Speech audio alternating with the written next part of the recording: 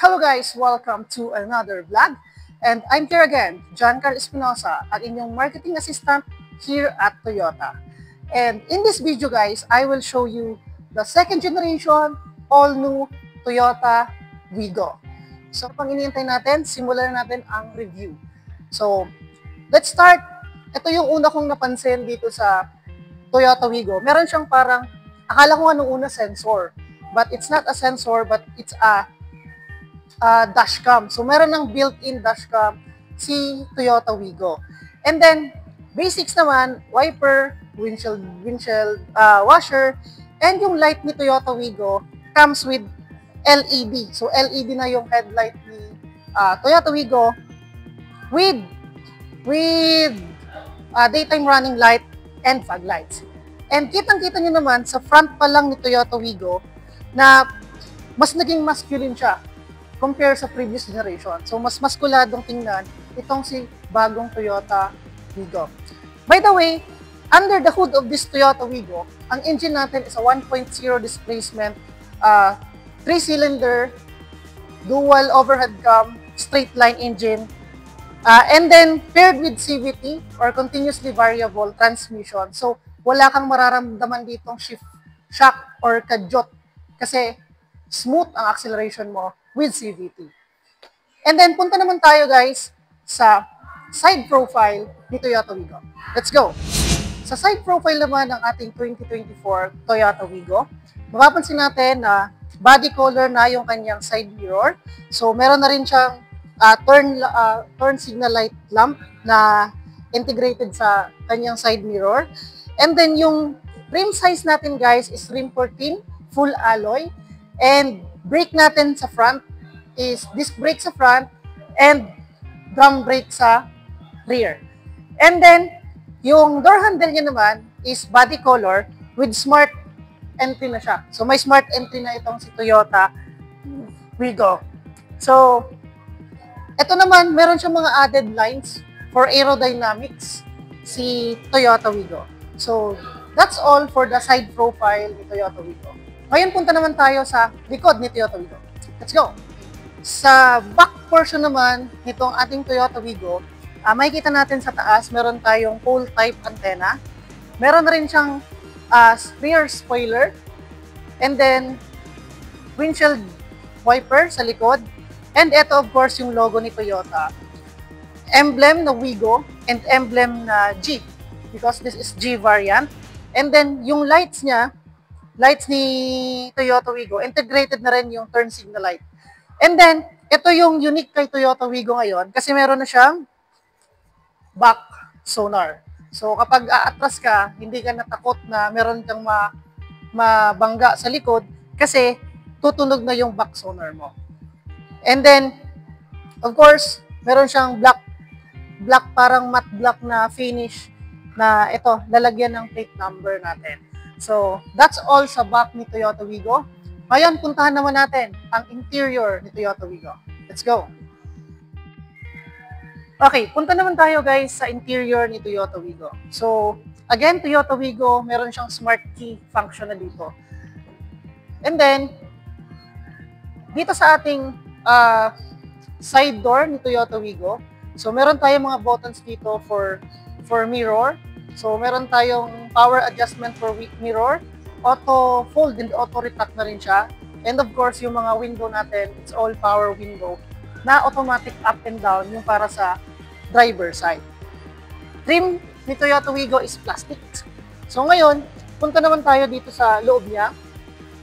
Seat material ni Toyota Wigo is fabric and then 6-way adjust yung sa driver niya. So, meron siyang height adjust. So, height, recline, tapos yung pag-isog ng forward and backward nitong upuan. So, six-way adjust yung upuan natin. So, ngayon, tingnan naman natin yung nasa instrument panel and dashboard ni Toyota Wigo. Okay, dito sa loob ni Toyota Wigo, so feel mo talaga yung komportable siya. So, hindi siya, kahit small car lang ito, pero yung legroom mo dito is, ano pa rin siya, comfortable ka pa rin siya. And then, sa loob, makikita mo, syempre yung steering wheel mo, may logo dito ni Toyota, and yung mga controls for entertainment, para sa infotainment mo, nandito na rin sa steering wheel. And then, of course, meron tayong display na infotainment dito, equipped with Android Auto and Apple CarPlay. And of course, ang highlight dito, si Toyota Wigo, hindi na siya yung rotary. So, itong top of the line natin na model, push start na siya. And of course, digital din yung aircon, and meron kang socket. So, kapag mag-charge ka, pwede kang mag-charge dito. 12-volt socket. And cup holders. Sa center mo, may cup holders ka dito. And may dalawang cup holders ka pa rin dito. And of course, may maraming room kung ano mga ilalagay mong abubon. And dito naman, kitang-kita itong parang silver accent dito. Silver accent sa dashboard. And ito yung glove box natin.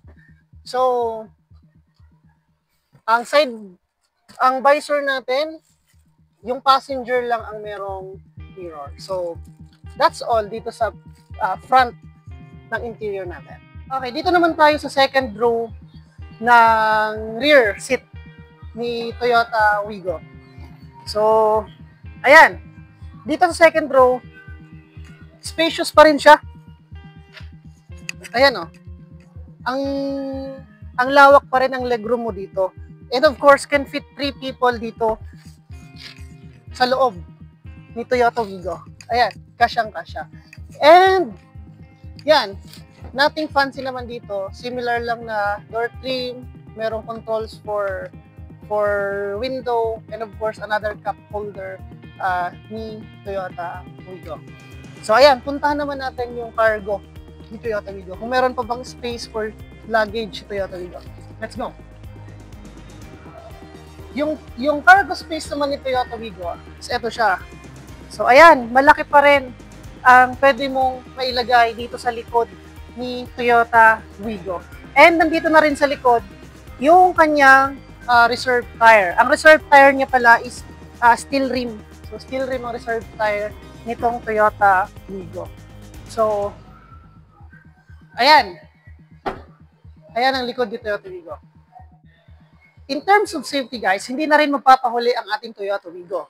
Kasi equipped na siya with ABS or anti-lock braking system. Equipped na rin siya with hill start assist. So kapag napunta ka sa incline and nag-full stop ka, so hindi ka mag-worry na may maatrasan ka kasi hindi siya atras. Kasi nga, meron siyang hill start assist. Okay, and then, equipped na rin siya with vehicle stability control. So during lalo na ngayon, rainy season, madalas ang kalsada, hindi ka mahangamba dahil may vehicle stability control na ang ating Toyota Wigo. So that's all for the safety of our Toyota Wigo. And this Toyota Wigo is priced now at 729,000 pesos. If you have any inquiries about Toyota Wigo, feel free to message me, your marketing assistant. Okay, so that's all for our review of this Toyota Wigo. Thank you so much guys sa inyong panonood and bye-bye.